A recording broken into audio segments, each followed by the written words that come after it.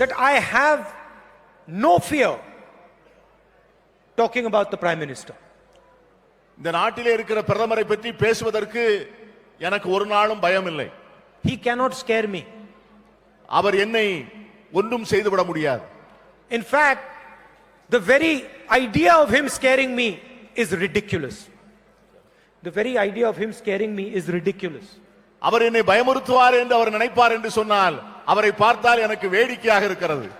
Now you have to understand something. There is only one reason. There is only one reason Narendra Modi cannot frighten me.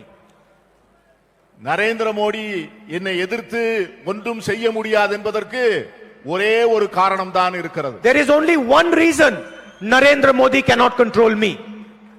என்னை தொட்டு கூட பார்க்க முடியாது, அதற்கு ஒரே ஒரு காரணம் தான் இருக்கிறது. And that is that I am not corrupt. ஏனென்று சொன்னால் நான் முழுக்க முழுக்க நேர்மையானவன். And because I am not corrupt, I can stand against Narendra Modi and I can tell him the truth. நான் நேர்மையானவன் என்பதால், என் கரங்கள் சுத்தம் என்பதால், என் நெஞ்சம் சுத்தம் என்பதால் நான் நரேந்திர மோடியினுடைய முழுமையான உருவத்தை மக்கள் மத்தியிலே வெளிச்சம் போட்டு காட்டுவதிலே எனக்கு எந்த விதமான தயக்கமும் இல்லை. It is the fact that I am not corrupt that makes me brave. நான் நேர்மையானவனாக இருக்கின்ற காரணத்தினால் நான் வீரமுள்ளவனாகவும் இருக்கிறேன். And it is the fact that I am not corrupt that makes Narendra Modi attack me 24 hours of the day. நான் நேர்மையானவன் என்கிற ஒரே காரணத்திற்காக நரேந்திர மோடி 24 மணி நேரமும் என்னை பற்றியே சிந்தித்துக் கொண்டும் என்னை வீழ்த்துவதை பற்றியே நினைத்துக் கொண்டும் இருக்கிறார். Because inside his heart he knows that he is corrupt and he is facing an honest man. அவருடைய நெஞ்சம் அறியும், அவர் நேர்மையற்றவர் என்று அவருடைய நெஞ்சம் அறியும். Now அவர் ஒரு நேர்மையான மனிதனை தாக்குகிறார் என்பதும் அவருக்கு தெரியும். And I fall asleep at night in 30 seconds. I fall asleep at night in 30 seconds. I sleep at night in 30 seconds. I fall asleep at night within 30 seconds. நான் இரவு நேரத்திலே படுத்த உடனே 30 வினாடிகளில் நான் தூங்கி விடுகிறேன். Because I am not scared of Mr. Modi. நான் மோடி அவர்களை பற்றி பயப்படவில்லை. Now I want to ask you a question. நான் உங்களை ஒரு கேள்வி கேட்க விரும்புகிறேன். How long does it take the Chief Minister of Tamil Nadu to fall asleep at night? இந்த தமிழகத்தினுடைய முதலமைச்சர் நிம்மதியாக தூங்குவதற்கு எத்தனை நாள் ஆகும் என்று நான் கேட்க ஆசைப்படுகிறேன். He cannot sleep at night. அவர் இரவு நேரங்களிலே நிம்மதியாக தூங்க முடியாது.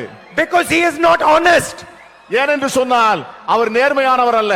And because he is not honest, he cannot stand up against Narendra Modi. அவர் நேர்மையற்றவராக இருப்பதால் அவர் மோடியை எதிர்கொள்ள முடியவில்லை. And Mr. Narendra Modi thinks that he can control the people of Tamil Nadu because the Chief Minister of Tamil Nadu is corrupt. Narendra Modi என்ன நினைக்கிறார் என்று சொன்னால், இந்த மாநிலத்தினுடைய முதலமைச்சர் நேர்மையற்றவராக இருக்கின்ற காரணத்தினால் தமிழ்நாட்டு மக்களையும் கட்டுப்படுத்த முடியும் என்று அவர் நினைக்கிறார். முதலமைச்சரை கட்டுப்படுத்துவதன் மூலம் தமிழ்நாட்டு மக்களையும் கட்டுப்படுத்த விடலாம் என்று எண்ணுகிறார். He thinks that Tamil Nadu is like his television. He thinks that Tamil Nadu is like his television. Tamil Nadu என்பது அவருடைய தொலைக்காட்சி என்று எண்ணிக்கொண்டிருக்கிறார். That he can pick up the remote control and do whatever he wants with Tamil Nadu. அவர் கையில் இருக்கிற ரிமோட்டை எடுத்து அவர் எந்த சேனலை பார்க்க விரும்புகிறது பட்டன் அமுத்துவாரோ அதை போல தமிழ்நாட்டு மக்களை ஒரு பட்டன் மூலம் இயக்க நினைக்கிறார். Meaning he thinks he can put the volume up and the Chief Minister will talk louder. He can put the volume down, the Chief Minister will go silent. Remote பட்டனுடைய volume பட்டனை கூட்டினால் முதலமைச்சர் சப்தமாக பேசுவார். மோடி சப்தத்தை குறைக்க விரும்பி வால்யூம் பட்டனை திரும்ப அழுத்தினால் முதலமைச்சர் அப்படியே அமர்ந்து விடுவார். The man is so delusional, he thinks he can control the voice of Tamil Nadu through his remote control, the Chief Minister. அவர் இதே போலதான் முதலமைச்சரை எப்படி அவர் தன்னுடைய ஆளுகைக்குள் வைத்திருக்கிறாரோ அதை போல தமிழ்நாட்டு மக்களையும் தன்னுடைய ஆளுகைக்குள்ளே வைத்துக் கொள்ளலாம் என்று பிரதமர் கற்பனை செய்து கொண்டிருக்கிறார். The people of Tamil Nadu are going to take the battery out of that remote controller and throw it away. விரைவிலே அந்த ரிமோட் கண்ட்ரோலில் இருக்கிற பேட்டரியை தமிழ்நாடு மக்கள் எடுக்க போகிறார்கள் என்பது மோடிக்கு தெரியவில்லை. Nobody can control the destiny of Tamil Nadu other than the Tamil people.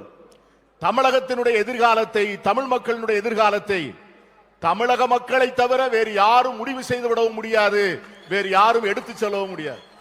Unlike Mr. Modi, I have read your history. நான் மோடியை போல அல்ல, நான் உங்கள் சரித்திரத்தை படிக்கிறேன். The only way to deal with Tamil Nadu is with love, respect and affection. தமிழக மக்களுடைய